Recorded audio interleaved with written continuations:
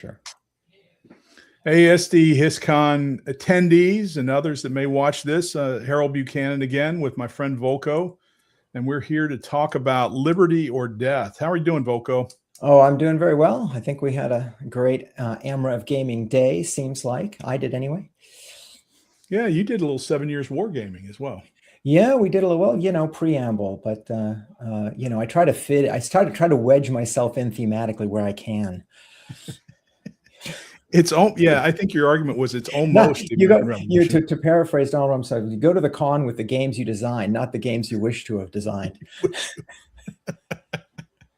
That's perfect. It's been great, right? I spent some time with Mark Miklos, and of course his games are such a big part of our experience in the American Revolution. Yeah, I watched some of the Newtown demo myself. Yeah, very cool.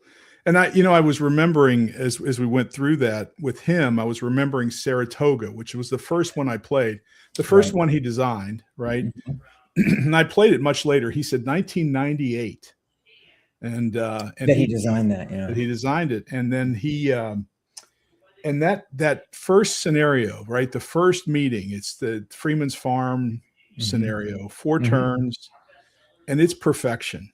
It's so good.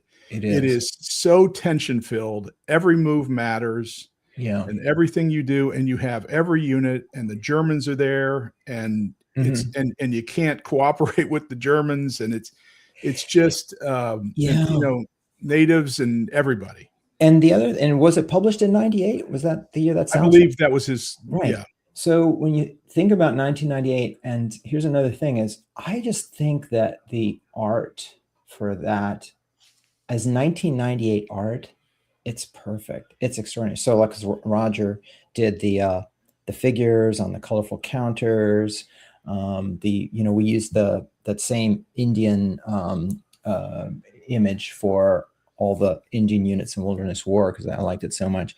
And then the map is like, it's early. It's like the summer's ending, few of the trees are changing in upper New York. It was just gorgeous to play on. Nowadays, we have so many, but in those days, to me, it was striking. Yeah. No, I loved it. And you and I have had the discussion about why we enjoyed games so much in the first place. And my answer, of course, was because I like to blow stuff up with airplanes and tanks. But you have cannons, right? I mean, and I got to tell you, I love Freeman's Farm, sitting across that big field and just popping those cannons. It's just fantastic. Sure. Yeah.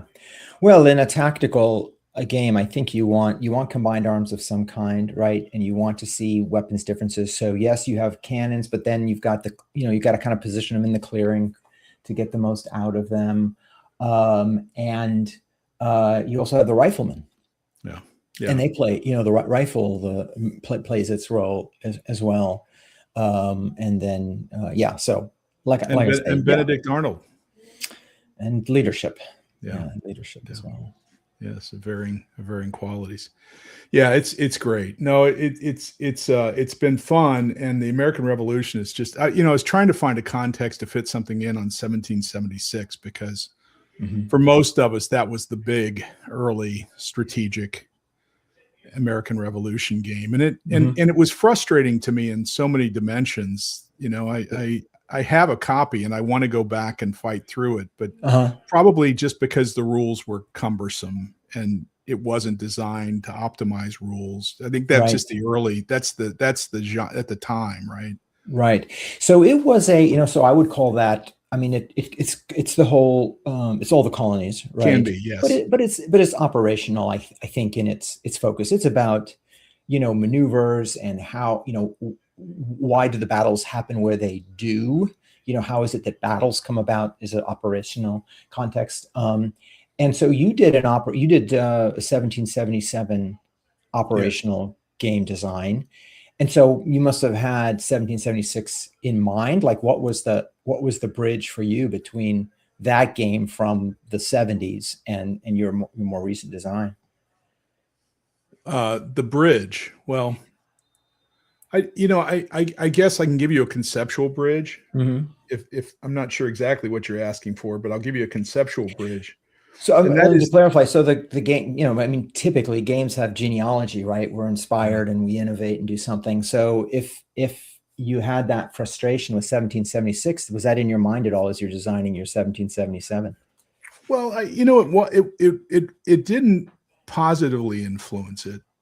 Again, I need to revisit 1776. I think maybe Mm. you and I can spend a week together and do that A sometime. week, yeah. But Try to I figure it out. think that one of the things that 1776 lacked was it really didn't focus you down the paths that were critical to those operational outcomes. Mm-hmm.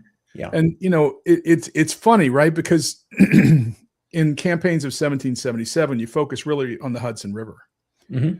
and there's a lot going on around that, but the game ebbs and flows around what happens on the Hudson River, top to bottom, right, all the way Mm-hmm. from Canada through the Right. lakes. And I think that that's an interesting, that pathway was so important. And as a design, how do you make that pathway critically important to the outcome? Because What it was, was, right. That's really the yeah. theory that I'm What was your communicating. solution? It was just to make it impossible to go anywhere else unless you spent time on the river, right? I mean, there's just no mobility. There was no mobility Yeah. from Canada to what's Yeah. the New York town to Albany or yeah, probably Albany. Albany. I think it's Yeah. Albany. There's just I, no way to if there's you no way mean, to get there unless right. you Yeah. fight. So that's in Wilderness War that, Mhm. the waterways are the highways. The Yeah, I waterways, the saw highways. movement was 9 on waterways. Yeah, boat movement is Yeah. 9 and normal movement, if your light forces, is 6, and for conventional forces 4 and so forth. So yeah, and all the supply lines, they can go by road, but it's harder in the wilderness by road. It's easy by water, right? If you go to the Tidewater, Virginia, colonial era estates, these mansions, right? That were plantations. The front of the house, like when you drive up to go see that, you're driving up to the back of the house because the front of the house faces the river because that's your driveway, right? Mhm. Yeah. Yeah. So yeah, Yeah. so then we were at a stage of design in the 1970s that we didn't, for operational, we didn't get the outputs right. We had some things happening in 1776 that were Revolutionary War like, I guess, enough. The game was a success as far as I know. I certainly knew it, but we got better at saying, well, now that output isn't quite right. We're going to use some mechanics to to give us more plausible outputs to the player's inputs, right? And that would be an example. It's your question, right? And you've asked this before about the Civil War. Why did the battle happen here? Right. Right. And Yeah. if you don't build in those factors that influence mobility and supply, Right. you'll never answer that question correctly. Right. Yeah. In fact, I was thinking so I've written about like tactical, operational, strategic level, right? And how it's in, military doctrinal literature, it's hard to tease apart what those are and where the boundaries are. And we live by those terms in wargaming. And I thought of this kind of very quick formulation that the strategic level tells you why the operations happened, and the operational level tells you how the battles came about, and the tactical level is what happened in those battles. So it's kind of like why, how, what is a way to maybe kind of make it a mnemonic. And so, yeah, I actually, and I am actually most taken with the operational level, because I do think it kind of illuminates, and it needs to illuminate that especially. Why did this famous battle happen? Why did it happen? Where and how it did? Not that that's the only possibility, but what are the eddies and currents, right, in the maneuvers on a larger scale, still focused on the military as opposed to the political, social, economic stuff diplomatic that comes in with the strategic level. You're still focused on the military aspects, the military drivers, but what is it that drives battles here? And so you would like it to be, likely at least with similar decisions, like similar approaches by each commander, you'd like it likely that 1777 gives you a Saratoga in that part of the world, a Brandywine in that part of the world, and so forth.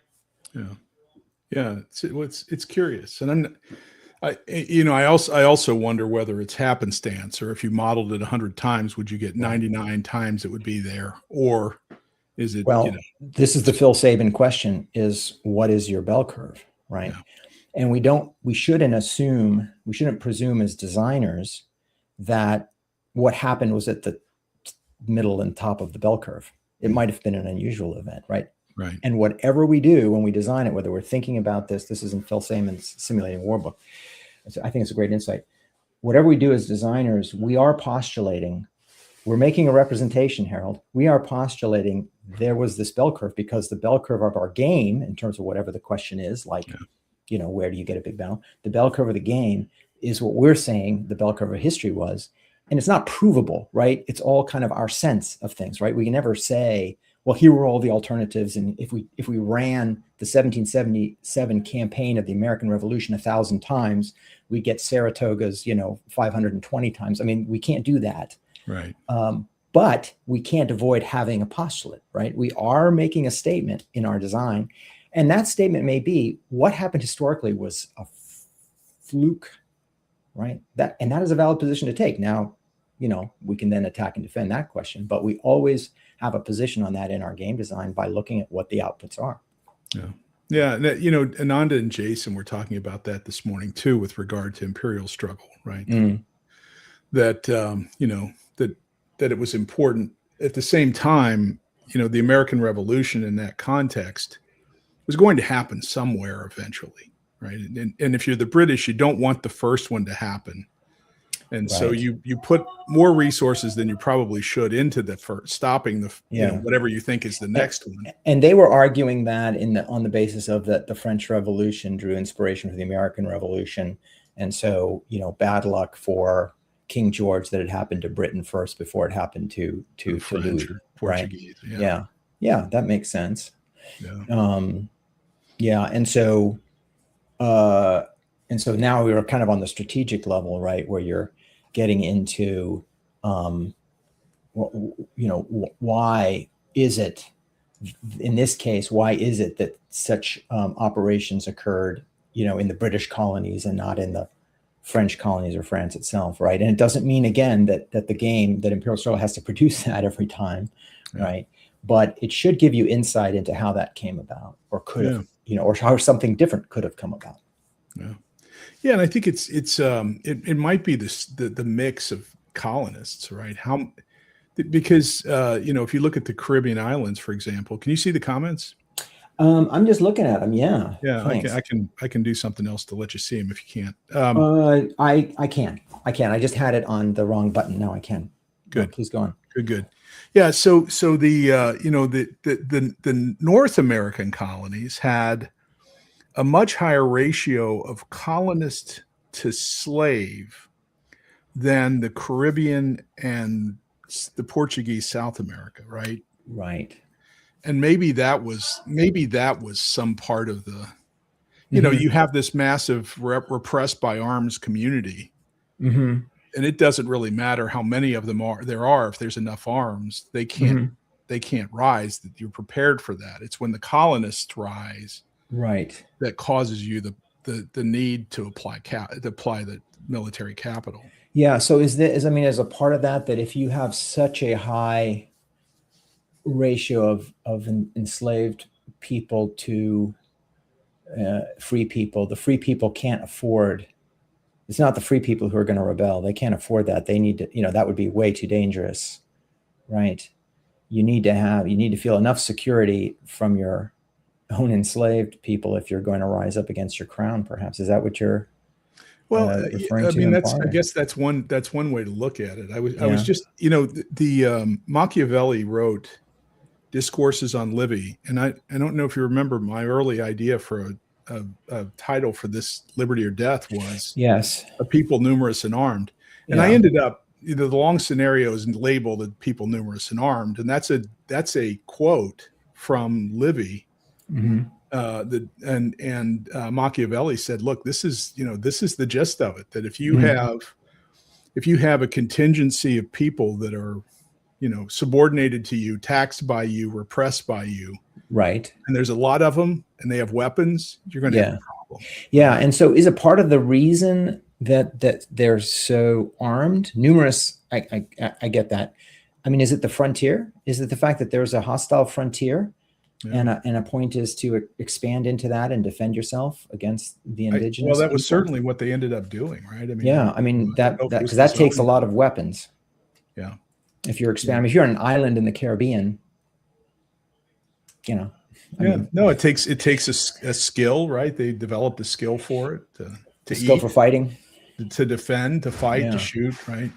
So, speaking of Liberty or Death Yes. and its title, so maybe I think folks who don't know would be interested in why you called it what you did, title and subtitle, and whether you would choose that if you were designing that game today in 2026. Would you pick the same title that you did 10 years ago? Well, it's an interesting question as to how I got there, right? So it was a first game. I really didn't have any. I did it for myself and friends and sent you, hey, look at this, just because I wanted you to see what you had motivated us to do. And you happen to have it at Consim Expo. And then I took it to Consim Expo, and you connected me with Gene, and I met with Mike, and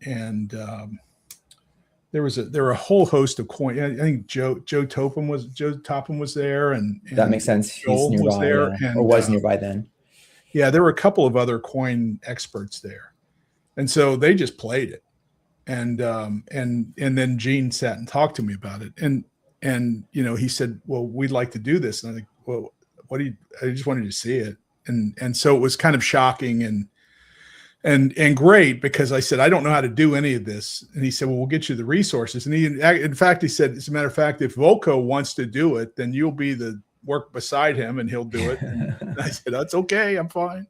And I said something like, I'm not going near this with a 10-foot pole. What do you think? Are you crazy? Well, we'll talk about what you said, because I think it's interesting.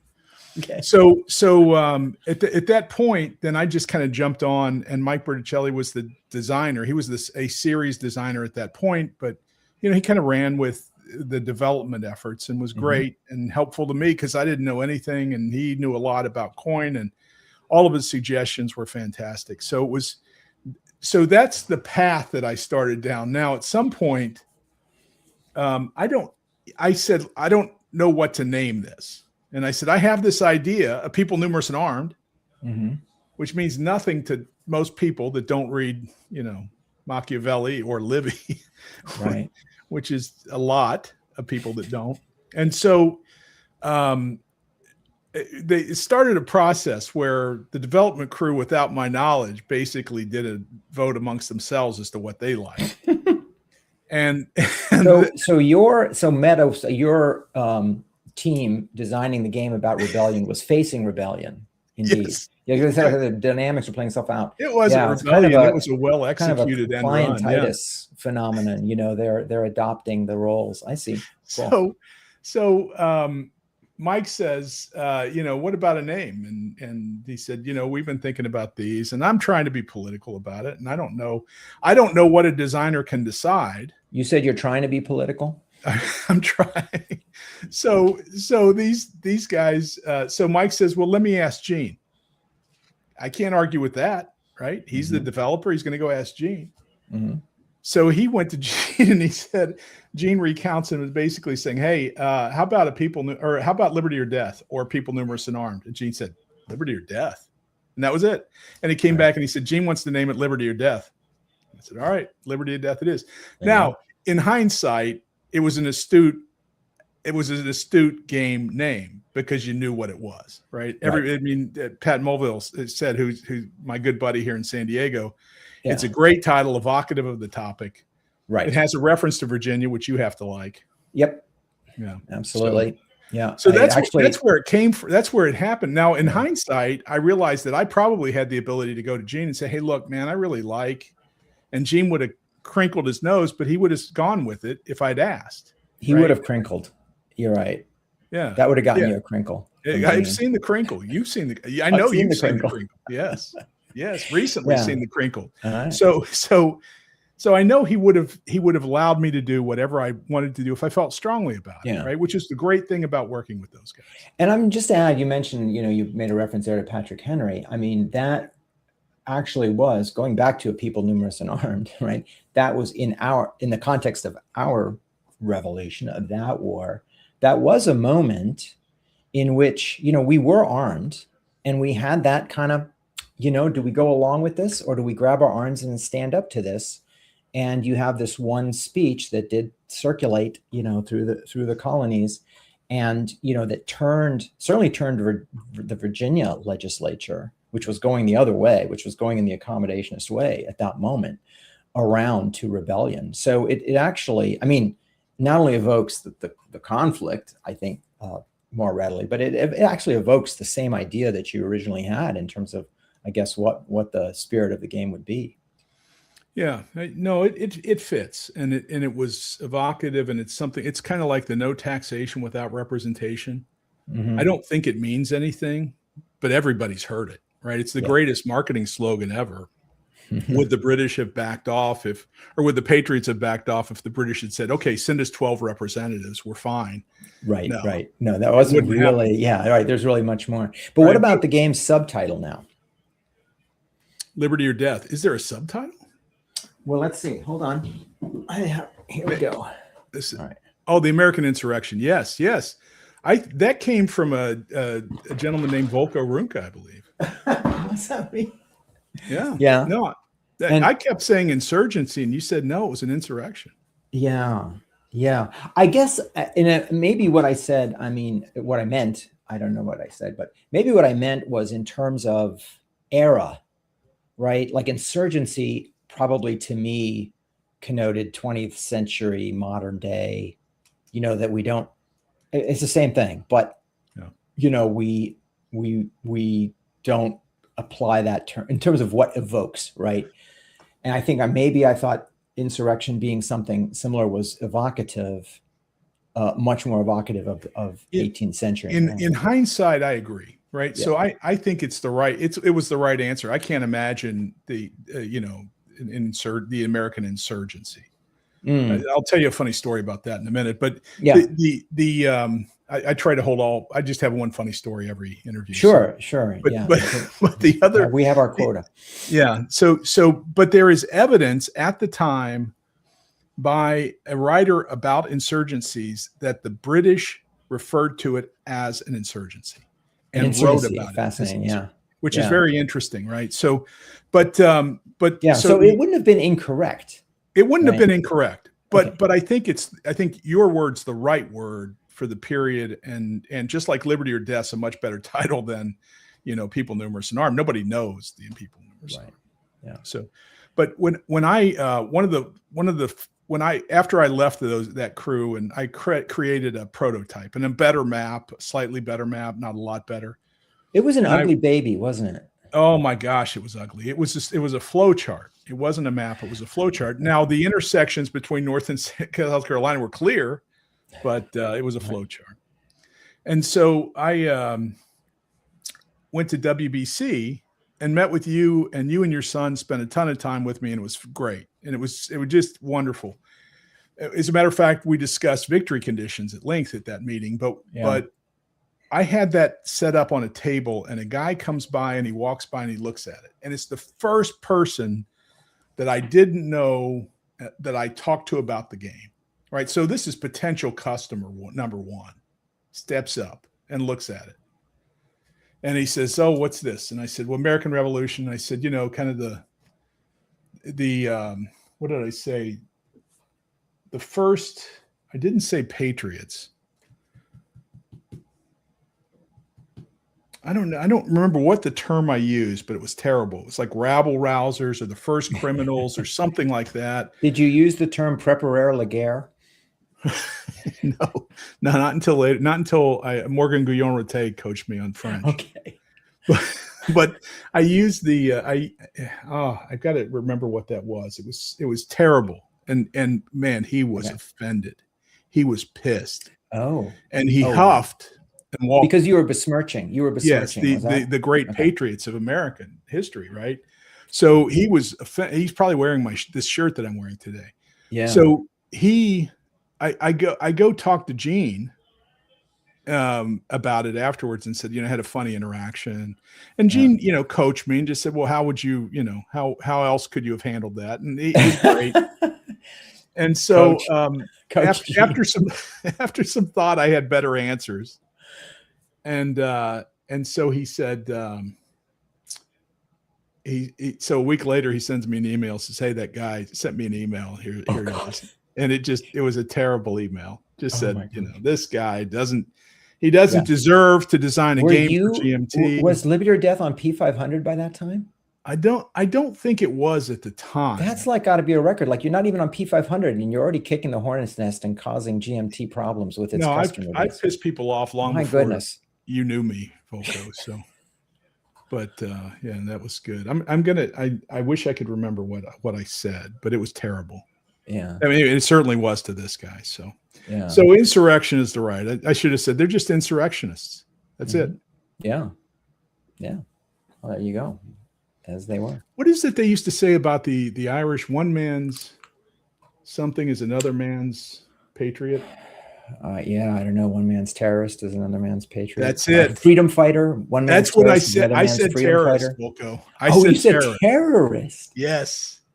Yes. And does it have? Does it say terror on the markers like many other coin series? Do you do terror in? What do you do? What do we do? We do. It's prepare la guerre.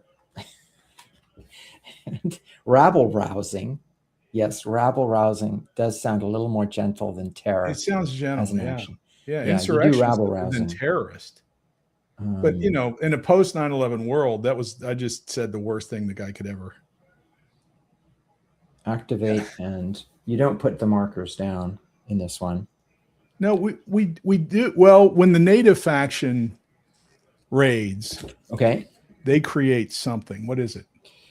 All right. It's in the counter. They activate They place a raid marker. So similar. They're doing a similar thing to what happens in Wilderness War. Actually, they're placing a raid marker. Yeah. So that's a native thing. Yeah, I didn't use the term terror. No, you didn't. You learned your lesson. I refuse. I will never. You went back into your Word doc, and you did a global replace terror with rabble rouse. Yes, we're terrorist. It's no longer. We're rousing rabble. And did you so your answer to this guy was, well, they weren't patriots, they were rabble. They were just rabble. They were rabble. Somebody roused them up. That's all. They were terrorists. Oh my God. The look on the guy's face, I knew it immediately as soon as I said terror. And I thought, not a good choice, but boy, is he pissed. Wow. A letter to the president of the company.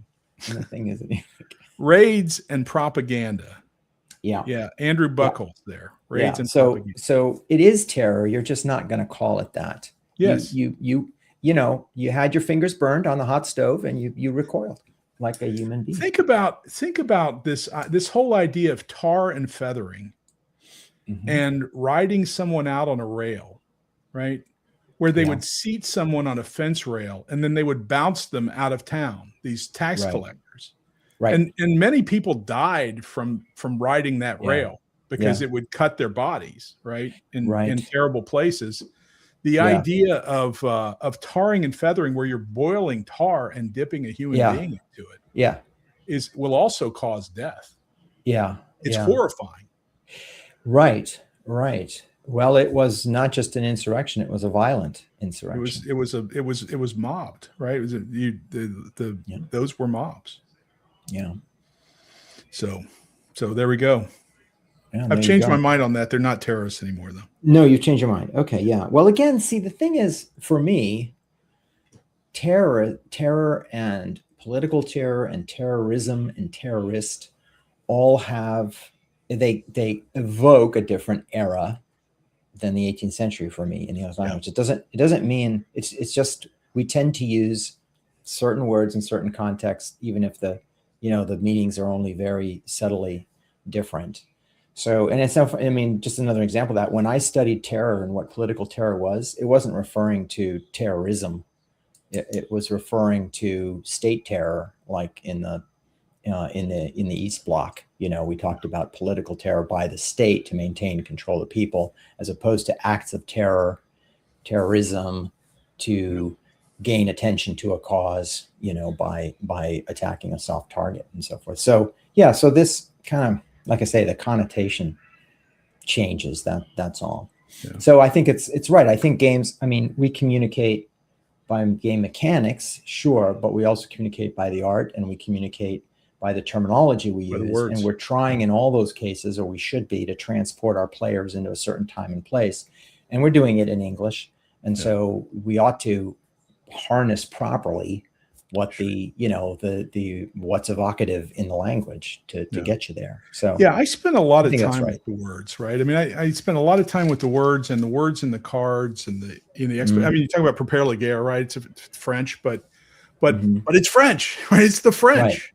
Right. They're preparing for war against the British. Of course it's French, right? Right. And the you know, and because you're, you know, in some part of your mind, you know, again, this is play. We're adults, we're interested in history, but it's play. In some part in your mind, you're imagining you're the French authority, the French court, the French general, you know, issuing an order. Yeah.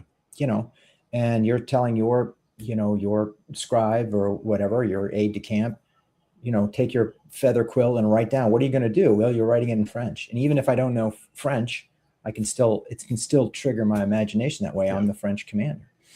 Yeah, I came to your house once and we were playing. Did you? Combat Commander Pacific. You weren't aware. You weren't there. I mean, just came to your terms house. Of the bell curve, we probably were playing Combat Commander Pacific. Yes, so we're playing Combat Commander Pacific. Yeah. And I walk into to your office and sit down, and there's an altar there with all of your World War II Pacific memorabilia. Oh, yes. Yeah. Oh, my little shrine. Music playing that's evocative of the time and the place. There's like Vietnam, and there in the corner, if you zoom in the corner, is my South Pacific shrine.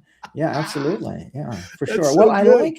I mean, that's immersion, right? That's role playing. Yeah. You've got incense, if it's Japanese incense, the music, the food. Yeah, I like to do it all. You know, it's all media, and they're all mutually reinforcing, right?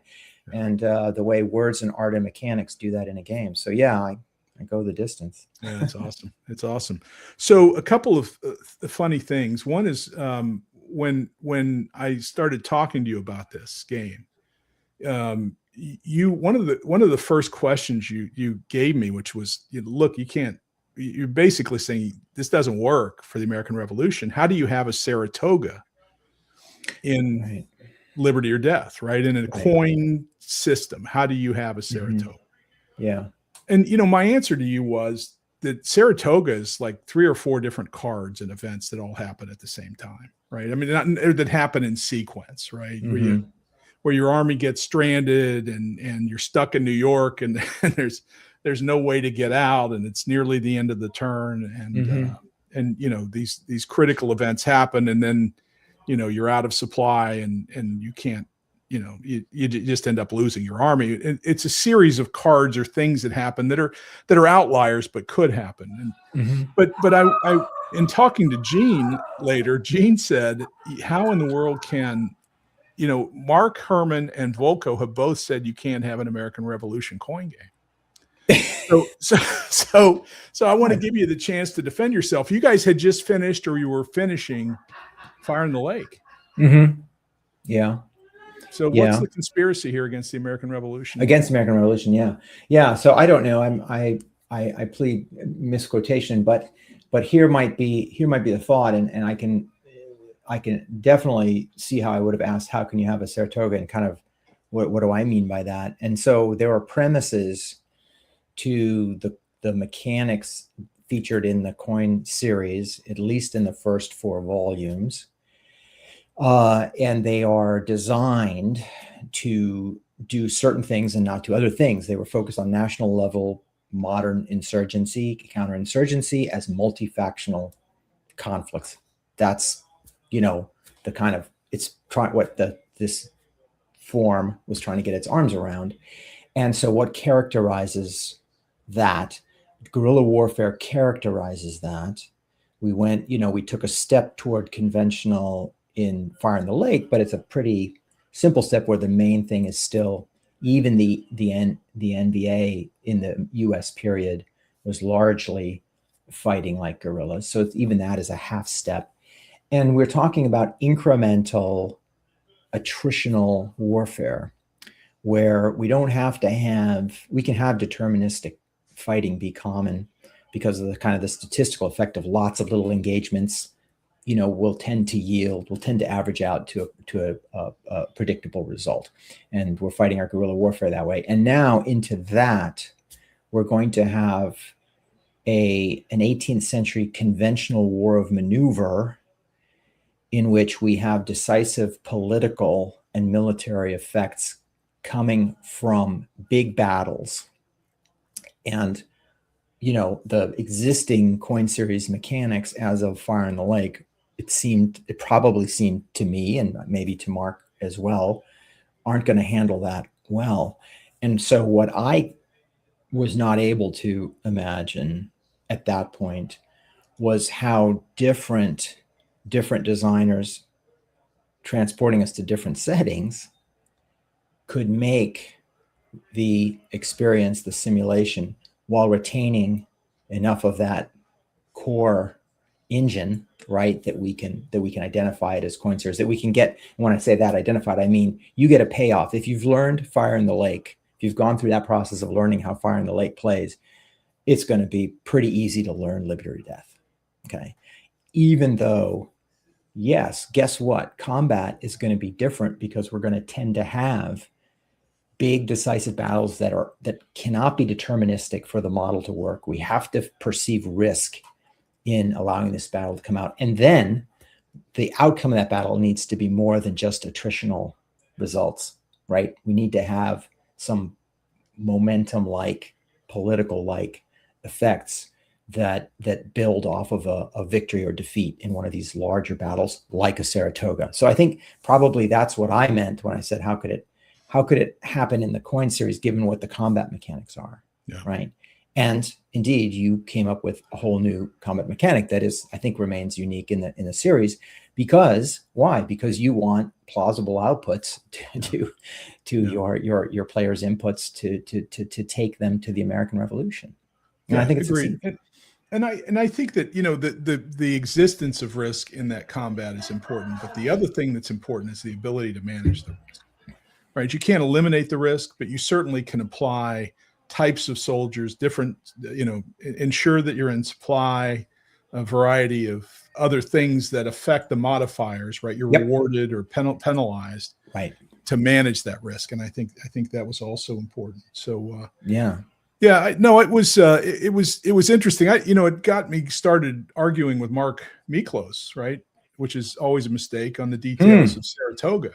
And his perspective was Saratoga was just a grand victory and it was a grand victory, but it was a fait accompli by the time the two armies met, right? The British Army saying the operational situation was so dire. They were overextended. They had been picked apart. The natives had left, and they had a handful of days of supply and no fortune as to where and Oriskany and Fort Stanwix meant there would be no reinforcement from the west. From the west, for sure, that had been anticipated. Yeah, and then of course, it was Howe and Howe's decision to go to Philadelphia, to Pennsylvania. So I think that in my mind, Saratoga is the end of a long series of terrible choices and bad outcomes. Right. But anyway, that's that. So I just wanted to give you some grief. I've never talked to Mark about that. I need to talk to Mark about it. And he'll just say, no, that was probably Volko. I think it's you give Mark a good crinkle. Yeah. Well, I got a crinkle from you on Liberty or Death. Can I talk about our crinkle? Sure. So I honored the rules as much as I could, right? So I really went out of my way to honor the rules and the standards that you'd set in because I think the game's great, right? I mean, as a designer, I didn't have to design a system, right? I just took your system and then hung some American Revolution off of it, which was much easier than designing something from scratch. But I think that at one point I had made a decision to, when the propaganda round, right? The winter quarters card comes up. Mm-hmm. That as soon as you see it, the Right. turn stops. Right. And you said what? And I said, well, when it comes up, it's play stops, and then you'd go through the interim round. Mm-hmm. And you looked at me and you crinkled your nose. And you said, "That's bold." Yeah, because it's fundamental, right? Yeah, It's it was core. it's surgery. It's deep surgery. That's probably why I said bold. Yeah. Well, bold's not a crinkle necessarily. Yeah. Well, I got a crinkle. Is that a I crinkle? know it. Okay. We can talk to Yeah. Mike. If Mike Berticelli was here, he would say, "Yeah, crinkle." Yeah. Yeah. So it's interesting. And then what it reminds me of, because sometimes you can't imagine it until somebody imagines it for you. You know what I mean? Sure. And so, for example, in the coin series, now universally, you get to look one card ahead, right? You get some tactical warning. Like, we're playing this card, and probably two of us will play on this card, but that card's coming, and two others of us will play on that card. And from that knowledge, a lot of tactical decision making and possibly even wheeling and dealing can flow, right? And so you'd think, well, that's so fundamental, That wasn't there originally in the first design of Andean Abyss. You just flipped a card and played it. You flipped the card and played it. That was it. And I think it might have, I don't know if that was Joel Toppin or Wendell Albright, but somebody that I was testing with then kind of brought up, well, that would be kind of a cool thing. And I thought, okay, that'd be a kind of a cool optional rule, that we're going to give you some tactical warning. So it wasn't at all. It was an evolution. It was development, right? It was development of the form. Yeah. And now we're like, well, of course, that's fundamental. Yeah.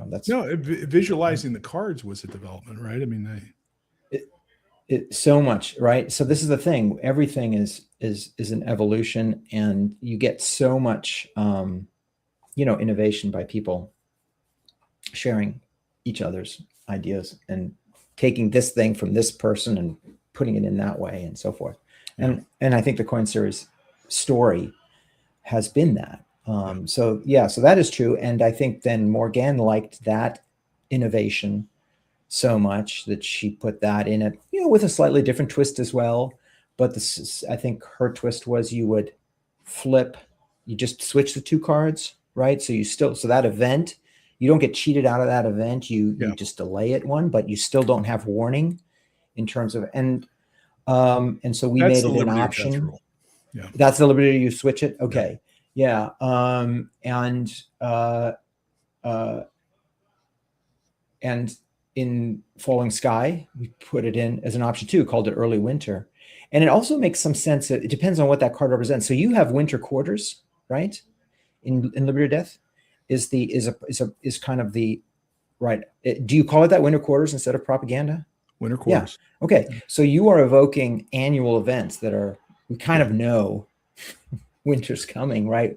We get some sense. Oh, it's starting to turn. Campaign season is ending. Right. This is going to be a colder than usual or warmer than usual December or whatever. So it also makes thematic sense that you would, be surprised perhaps. Well, so that then you seeded them. Yeah. You seed them, right? You construct we stick them in the last 4 or 5 cards and shuffle. Right. Okay. Yeah. So the earlier volumes didn't do that. Yeah.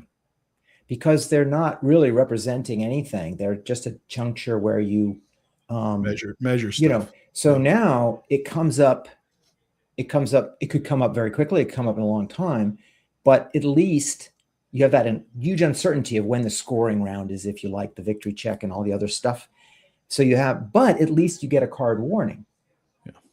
Okay. You get a little bit of warning. In your case, you have a much smaller range. When does winter come? But then we don't need that warning. Yeah. It's like a ripple effect, right? We don't need that. And good players will sit around and talk about how many cards do we have left, right? How many cards you can do that. Yeah. Yeah. And that range of uncertainty at the outset of each campaign is much greater in Andean Abyss than it is in Liberty or Death. So again, the pluses and minuses, to the degree there are any, are different because other things are different that affect it, right? The balance changes. So you have to, when you're developing, you take these ripple effects into account. A couple of things I wanted to thank you for. When we agreed to do when Gene agreed to do it and apply resources, I was so thankful for. But I said, I also need some of Volko's time, and so you agreed to meet on. I think we met Sunday evenings for an hour, Okay. and I was disciplined. I tried to be courteous with your time and keep it to an hour, but that time was invaluable, Volko. It was your coaching time was extraordinary in making this work, and I just very much appreciative of your willingness to spend the time with me on that. Well, thank you. So, you mentioned victory conditions, and I do recall, and I think it was at WBC, we had, kind of a conversation, and my memory of it is I didn't really know what they should be, but I was coach-like trying to help you focus on what do you think, boiled down, right? Simplified, what do you think your factions that you've chosen as the 4 key actors in the conflict, like what were they after, what were their goals that formed their strategies, and that's how the victory conditions came to be. Now, I don't know if you've heard this, but those victory conditions are controversial. Have you heard that? So they're the second most controversial issue. The other one is the inclusion of the French and the Indians. The French and the Indians, right? Yeah. Which to me is that's the greatest irony, right? The faction choices. So these are like two really core things in games. They're like, who do the players represent, and what are they trying to do to win? Yeah. Right? No, look, here's the funny thing. I get, and you probably get as a result, because it's your baby as well. It's just tons of great feedback for the game, and it's highly rated, and it's we're coming up on the 4th printing. So it's just a wonderful success as a game, right? And people love it and play it. Yeah. I run into people at every convention that are playing it, right? That I walk up on that are playing it. Right. So it's not, and I also know that it's the game you play the most of all the coin games with your son. We had a holiday tradition, and we played it 2-player actually, which bears on this, right? We played it we thought it was great to have the paired fact, the British and the Indians and the Patriots and the French go at each other. Indeed, we did. Yeah. Yes. And it's also, by the way, it gets a lot of commentary, hats off to Terry Lee. It gets a lot of commentary about how come they don't make coin games as beautiful as they used to be when they made Liberty or Death, right? No, so there's that. Yeah, he's a gem, and everything he does makes me look like a better designer. There's no doubt. But the interesting thing about the victory conditions is that it gets tons of positives, but it's this small group that's rallied around. And I think there's a title called "Let's Fix This Game" on PGG. Right. And I weighed in and I said, look, the game's fine. I'm completely fine with it. But if you all can come up with something better, I'm happy to overlook it. Now, the problem too is that the solo game developer, right, Ordeon, has become very vocal in his disdain for me, perhaps, but more importantly for the victory conditions. So, so there's a tiny contingent of insurgents. So let me, because I want to take advantage that you have this podium, and because I want to ask, because I have my kind of views and explanations, but let me just like encapsulate how I understand the controversy and ask you directly what that is simulating. Okay, because you did make the choice looking to history. Yeah, I think you fashioned those factions and what they're trying to achieve. And so here it is. You've got essentially there's 2, bad marriage partners, as you find in other coin games, and victory is around the support or opposition for the crown, opposition to the crown. And if the British or the Indians have that support for the crown high enough at the end, they have a chance of winning. If the opposition is high enough relative to the support, then it's the Patriots or the French who are winning with opposition to the British crown. Okay. Yeah. But then within, so that's, pretty clear and not, surprising. It's a revolution. So then within that, the 2 partners now have to decide who won. And if they're doing well, then the one of them that wins is the one that's doing the best on their particular victory condition against their kind of most opposed opposite number. And that is the British versus the French, who are in this larger imperial struggle there. And the Patriots and the Indians, who are, fighting over who's going to get to rule North America or west of the Proclamation Line and so forth, right? So they're opposed. And then we're counting something totally different. And so for the Indians and the Patriots, we're counting what is their basis of strength, I think, for continuing their conflict, right?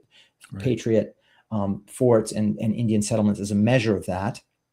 And then we have the French and the British. It's, we had a conversation about what are the French trying to achieve here, and they're basically trying to hurt the British, in a imperialist way, and the way that they do that. Hey, Mike, the way they do that is casualties. So you have these combined British casualties. How many forts and troops, regular troops, I think, have they lost, and then combined rebellion casualties, which is how many have the French and the Patriots lost. And so here's the kind of the controversial bit now, that if you're looking at who does better in the end, the Patriots player or the French player, the Patriots want to have lots of forts and few Indian settlements. The French player wants to have higher British casualties than French Patriot casualties. And so there's this opening for the Patriot player, because the Patriot player can to some degree generate Patriot casualties, that if what the Patriot player is looking, they're thinking they're going to win on opposition, but now they want to come out on top of their French ally, they can purpose to take more casualties or at least hold off from causing British casualties, so that the French ally is disadvantaged in that final comparison. So then the question is, what, you designed it that way, and the kind of I don't know if the word quirk is fair, but the quirk is that the combined casualties that matter for French victory include not just French casualties versus British, but also Patriot casualties, and that the French, to win, want to keep Patriot casualties low, while the Patriot player doesn't care about that as much, or may even have the reverse incentive. So what is the simulation defense of that? Well, that's the longest sentence I've ever heard in my life, Volko. So I didn't promise a sentence, but I understand you're going to give this exposition now. I'm not sure. I had in business school, I had a classmate from Germany, and I used to joke whenever he would talk, I'd like to ask a statement. I'd like to ask a statement. So, yeah. Okay. Hey, let me take just a minute to welcome Mike. Mike, I just noticed you were in the green room. Great to see you, and welcome to the cast. We've got 3 minutes after the longest question ever. Yes. I'm not going to answer the longest question ever. I didn't know it was a question when I popped in, and all at the end it was a question. Mike, all right. I knew it. No representations, no defense will be offered. Volko. We have 4 minutes. We have 4 minutes. I want Mike to have a chance to talk a little bit about his experience and anything he wants to say about liberty or death. Well, you need to answer that question. That was a lot of work to ask that question. That's why I don't want to answer it. That's my mistake, to expect a payoff. But look, it's victory conditions are a really odd abstraction, right? If the Indians win in liberty or death, that doesn't mean that the United States of America is a native entity, right? None of that. The Indians could win liberty or death, but still had a really bad path ahead, right? They were in trouble regardless. So it's not traditional. The other thing that's important about liberty or death is I made it hard to get back stuff when you need it from one side without cooperation, right? Some of Jordan's feedback early on, Mike, was, well, the Indians can't do anything to hurt, these other factions. And I said, but by design, right? You have to work together to an end, and maybe get the other side get the cooperating side to do something that they don't necessarily want to do. And so the game's full of that stuff. Yeah, because if you're telling me that someone can do something that doesn't advantage you, that's true. They can do weird stuff. But if you watch the games, it doesn't happen, right? And it happens oddly, right? But it really doesn't happen. So I'm not going to change the design to eliminate something that is a potential problem that isn't a real problem. So you know, and by the way, early on, my view was it should be Patriots and French against British and natives, and that's it. And so it's 2-on-2. You win or lose. The British and Indians win or lose together. Yes, which you can play the game that way. But Mike, great to see you. What do you think about Liberty or Death and at 10 years looking back?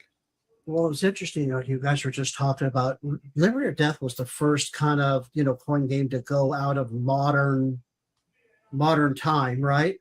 And this victory condition, I think, might have been. We really didn't have that much of an. How do I want to say this? Issue, not really issue, but in the earlier volumes, because of the being back in time, and things were just a little different. No, okay. Yeah, we can hear you. Gotcha. Okay, You're good. Yeah. I think that's definitely the first kind of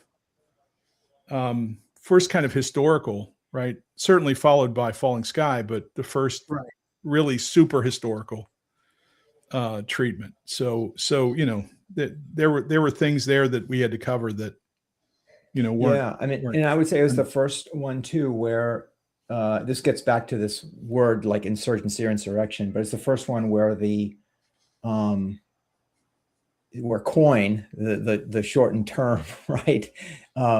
You wouldn't associate it again with the setting because it was older. We associate that term with 20th, 21st century insurgencies. And so, yeah, it was the first one. It was the first volume where we would establish, well, the coin series, it's called the coin series, but it doesn't mean we're just doing modern counterinsurgency, right? Yeah, true. Well, I know for me, with Liberty or Death, that was the one, the one that I probably was most involved in the design portion.